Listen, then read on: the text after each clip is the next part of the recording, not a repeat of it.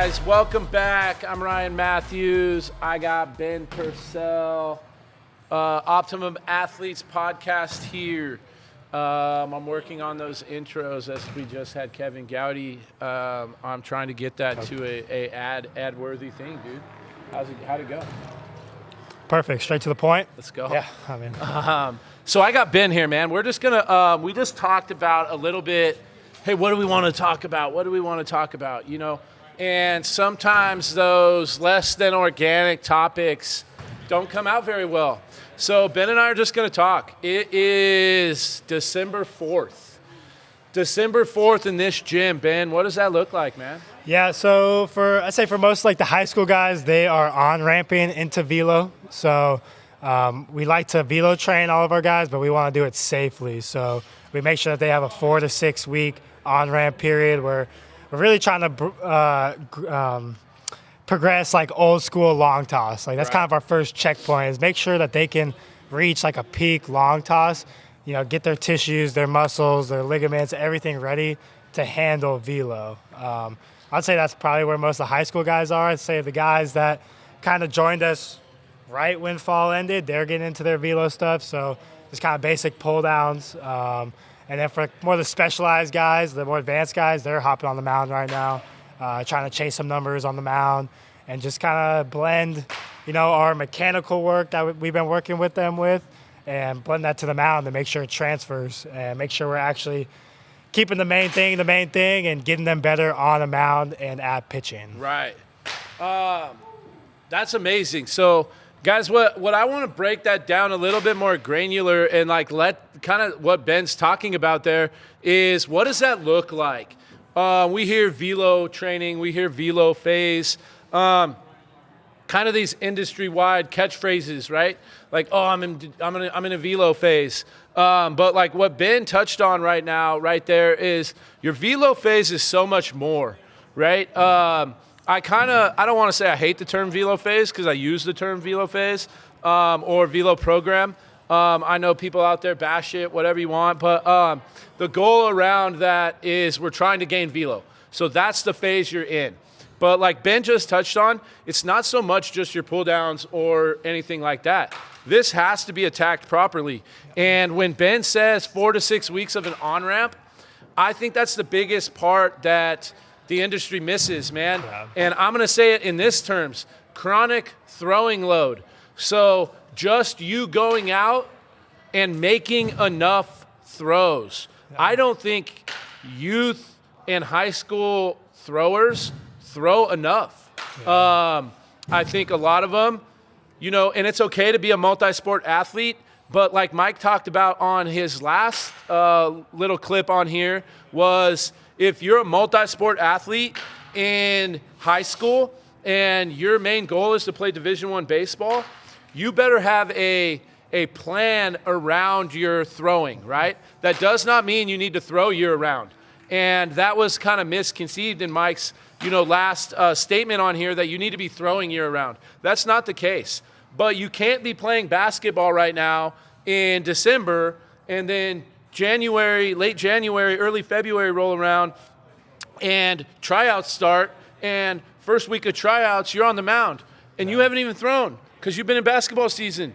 So what I'm saying about a year-round plan is like how do we have that chronic throwing load? How do we ensure that we've made enough throws to be able to go into a skill-building phase, right? So that's kind of what that looks like, guys. If you're out there right now and you don't have a plan around your throwing, whether what date it's going to start, how many throws you're going to make before you jump on the mound to prepare for spring season, or are you going to do a velo phase? You can't just be going to basketball practice right now and like, oh, yeah, baseball starts in 7 weeks. I need to pull down.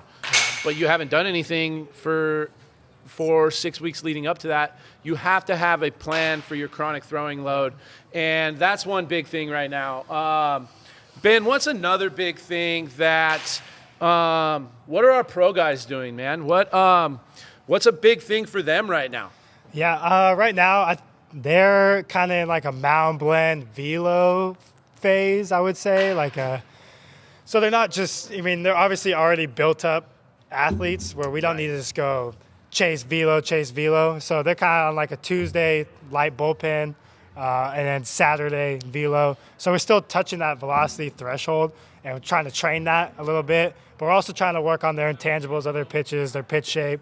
If their command is an issue, like what is their arsenal going to look like to kind of, throw more strikes or at least make balls look like a strike for longer. And then I'd say in the weight room, they've all, tackled their volume, their hypertrophy phases. Now we're trying to get into that like athletic development, 3D motion. So what I mean by 3D motions is, not just, working in that frontal plane of squat, deadlift, bench. Like we're trying to get active, get athletic, move in different ranges of motion, and become better athletes. I think the traditional lifting for at least the pitchers, let's just get strong, like load the bar. The stronger I'm going to get, the harder I'm going to throw. But that, I feel like at least I'm learning as a coach, that's not always the best way to attack, especially, a guy in their late 20s, early 30s that have been under a bar for 10, 15 years. I mean, a lot of these dudes, the older guys, they look at heavyweight in the bar and they're like, fuck that. Like, that shit looks like it hurts. And, they want to, move athletically, move fast. And I think more times than not, we start implementing those kind of lifts and they all come back to us. And it's like, man, I feel good. I feel light. I feel bouncy. So I just feel like that's kind of what we're trying to attack in the weight room side, with our older guys, with the pros, the more experienced lifters, and the guys that are strong enough. That's a great, that's a great point there, Ben. That I think we don't understand enough, right? Like taking into account what is your training age, right? I mean, our pro lifts right now, a lot of the exercise selection and things like that looks the same, right? Yeah. But a lot of the intentions or the things that we're telling these guys to do during the lift are not the same. If we have a 22-year-old minor leaguer heading into his second spring training, that's a little bit different than a guy that's heading into his 10th major league spring training, like a Robert Stevenson or somebody like that. These guys too, I mean, if we look at like just our minor leaguers' workload, I mean, I think a guy like Hunter Hayes might have thrown somewhere in the 40 to 60 inning mark, right? And that's spread over their whole season, between spring training and into the season. A guy like Robert Stevenson, we got to prepare him to possibly throw in 80 games. So just looking at that from a training standpoint is like somebody might have to get, might have a little bit more bandwidth to give to the weight room early on in their training age. And then those guys that are on the back end of their training age, they just need to recruit that strength back and then chase what makes them feel good. Because when they feel good, they can go do their skill, right? So that's a very good point, man. That's something that, too, I think high school kids don't learn enough of. And it's on the other end of that spectrum. I see so many guys, man, and don't get me wrong. Does your program need to be individualized? Sure. Does your goals and what's in your program need to fit you and what your goals are? Yes. But I think sometimes we're skipping the step of stacking just enough work at its basic level, right? I've seen a few guys that I like to follow on the internet kind of going in on whether it's a whoop strap or somebody chasing this ultra specialized program. If you're a guy like Justin Verlander or somebody like that, not that Verlander has, but maybe you've pitched in the big leagues and now you're not as successful at that level. Now maybe we need some hyper guru specialist to come in and find out what's wrong. If you're a 14, 15, 16-year-old high school kid and you think that you've done enough just raw work in the weight room and you need to go get this, hey, I need 700 marker assessment and I need this ultra personalized throwing program. No, you just need to go out and throw and lift. With reckless abandon, no. That doesn't mean just recklessly lift as much as you can on a bar. But your program, if you're trying to find the quick fix or something like that, I think the answer is just go do more work.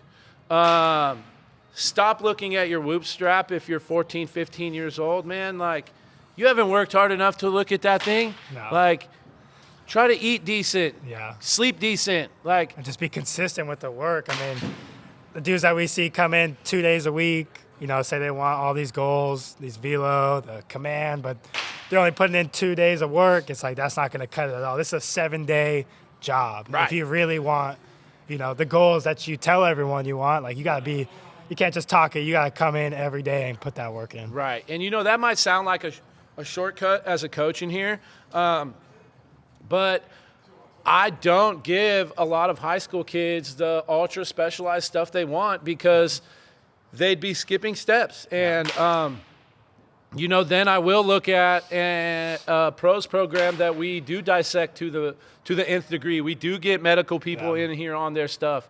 We do call their org to get the org's input on these things they're doing.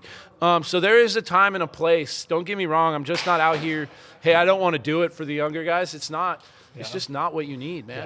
Yeah. I mean, we're more facilitators on that end, I feel like, and just kind of keeping them within the guardrails of like, hey, I mean, we all have experience of playing at a higher level, you know, higher level than these kids. So it's like, yeah, we don't need all the specialized. It's like, hey, we're just trying to get into their head. Like, there's a 7 days a week that you have to put all of your effort into. Right. And, you know, if you're out there listening to that and you're the age group that I'm talking about, I'm not pointing a finger that it's your fault that you're doing these things.